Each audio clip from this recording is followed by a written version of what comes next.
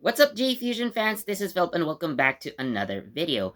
So, it's been a long time since I reviewed anime on this channel, and the one that I chose to review today is Legend of Mana, the Teardrop Crystal. Now, as of this recording, there are two episodes out, so this is gonna be more of a first impressions review than an overall review of the series. So, I wanted to do this because I have played Legend of Mana many, many years ago. So seeing it turn into an anime, almost 20 years later, more than 20 years later, actually, you know, makes me excited to see how it's going to be adapted. So, for those of you who probably haven't known, or to those of you who have never played the game before, so Legend of Mana was actually a game created by Squaresoft, now Square Enix, back in 1999. It is a part of the Seiken Densetsu series, or the Mana series as it is known in the West.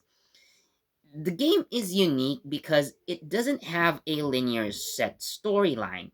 Rather, you get to choose to build your world and play through different stories, and by completing about 3 or 5 of them, that's when you unlock the end game. And this anime, as the name suggests, would be based on one of the major storylines in the original game, which is aptly called the Teardrop Crystal. Now, to summarize the story of the game and basically the anime without spoiling too much, so you follow these two characters named Elazul and Pearl, or in the Japanese version, Ruri and Shinjuhime, respectively. So they are people from a race called Jumi, which are people with cores on their chest, or crystals on their chest, or gemstones, if you will. Little El Azul has the lapis lazuli, and Pearl has, well, pearl, and several other characters in this storyline, the Teardrop Crystal, are Jumi, and you follow these characters and the mystery behind the Jumi and what's happening with them. So there's a mystery and kind of so there's a mystery that you're gonna solve by helping El Azul and Pearl. So for this review, I am going to stick to the English versions of the characters, or the English names of the characters, because I'm more familiar with them rather than the anime's Japanese version, or the Japanese versions of the characters. So speaking of characters, I'm actually very impressed that in 2 episodes so far, the anime already features so many characters that were present in the game. So, our main protagonist for this anime is Shiloh, who is one of the playable protagonists in the original game. So, in the original Legend of Mana games, so you either get to choose between a male or female protagonist. In the anime, and actually there was a novelization so many years ago that kind of puts the male character as the canonical MC. So the main character in the game is nameless, but now in the anime we finalize it as Shiloh, and the female character is Serafina. So we follow Shiloh, and he meets El Azul and Pearl, and of course, as the or based on the game, so he follows them, meets them in at several points, and he Shiloh helps El Azul and Pearl solve the mystery of the Jumi. So that is again basically the plot of the game. A lot of the characters that you can recruit in the game, especially those that are involved with the Teardrop Crystal, story are also going to be here. So you have Bud and Lisa. Lisa is called Corona in the Japanese version, by the way. Uh, there's this character called Nicolo, who's named Nikita in the Japanese version, so you can recruit them. Actually, Bud and Lisa are going to be permanently at your home. So, uh, it really impressed me how many characters in the game are fit into at least two episodes. And again, if this anime is going to completely be faithful to the game, so definitely there are more characters from the game that are going to appear in the anime again, especially with the Teardrop Saga or Teardrop Crystal Saga. So I'm interested to see actually these characters because a lot of them are background characters. So one of them is Rubens, who is one of the Jumi, and from his name, so he is represented by the ruby. So there's not much known about Rubens, or he doesn't have a lot of appearances really, unless you play through the Teardrop Crystal. So yeah, I'm actually glad to see Rubens being featured a lot in the opening and ending cutscenes. So I want to see more of him, really. And, speaking of a lot of elements in the anime that are probably taken from the game, so one important aspect of Legend of Mana is that, like I've said earlier, it doesn't have a set storyline. And with that, the world of Legend of Mana isn't set either. So if you play Legend of Mana and start a new game, so you'll be shown a map.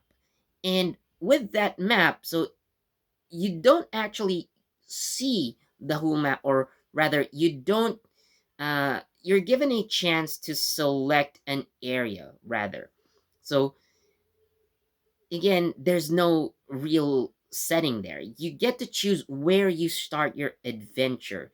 You can pick any spot on the world map, and that will be your play area for the entire game.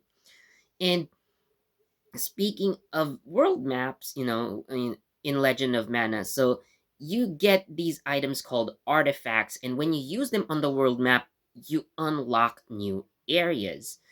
So the artifacts also make an appearance in the anime, and considering that this follows the Teardrop Crystal, there will be artifacts, or there actually already have been artifacts used that are connected to the story of the Teardrop Crystal in the game. So Shiloh uses the artifacts, although not necessarily to unlock new areas, but like more of memories. Like, uh, this artifact will show you where to go next, instead of like the game actually, if you look at the world map in the game, so it's completely blank, and you literally use items or the artifacts to build those areas, and you can position them where you want, basically, as long as you can put them side by side, uh, because it's going to be like a maze.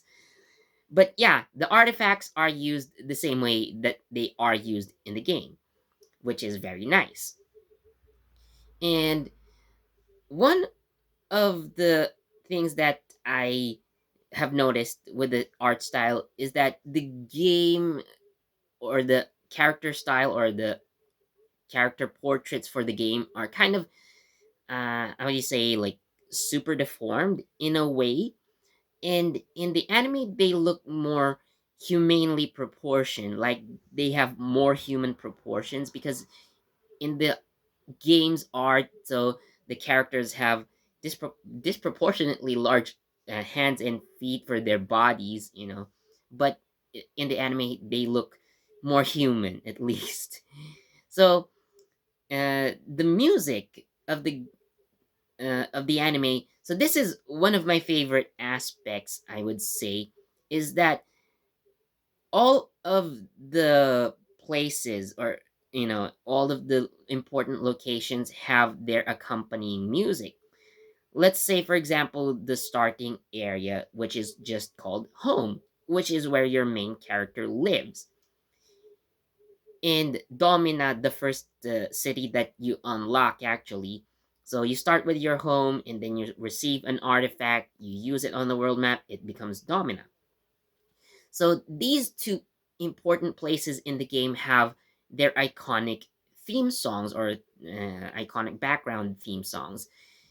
And I am really amazed that they used the theme songs that are connected to home and Domina. And not just that, they used the original versions that appeared in the original PS1 game. So what am I talking about here? Because last year, Square released Legend of Mana remastered version. So, yes, with the improved graphics and loading times, they also included like remastered versions of the theme songs. And this is a point where I am actually going to say that the original is much better than the remastered one. So I'm really glad that they chose the original compositions and arrangements, because definitely they're much better than the the remastered. And also, it gives a more nostalgic feeling to it. Basically, having played Legend of Mana almost 20 years ago really gives you the nostalgia bomb so much. However, in terms of music, there is one gripe that I have. So, well, I do love that the anime incorporates music, the original music from the original game. So, the opening is a brand new song. It's sung by Saori Hayami, who voices Serafina in the anime. And you might also know her as the voice of your forger from Spy Family, rather. Sorry. So she also sings the ending theme. This is where I have uh, n- kind of a problem, I would say. Now, no offense to any fans of Saudi out there. She does sing the notes quite well. So the ending theme song is actually the Song of Mana. So the Song of Mana is a song that, well, is in the original game, that is played twice in every playthrough. So the first time that you hear the Song of Mana is when you place your home on the world map and select it, and then you enter, right? So what you hear in that part is the short version. So the second time that you hear the second time that you hear the Song of Mana is at the ending. When you finish the game, so you hear the full version there. So what's my problem with the Song of Mana ending for the anime?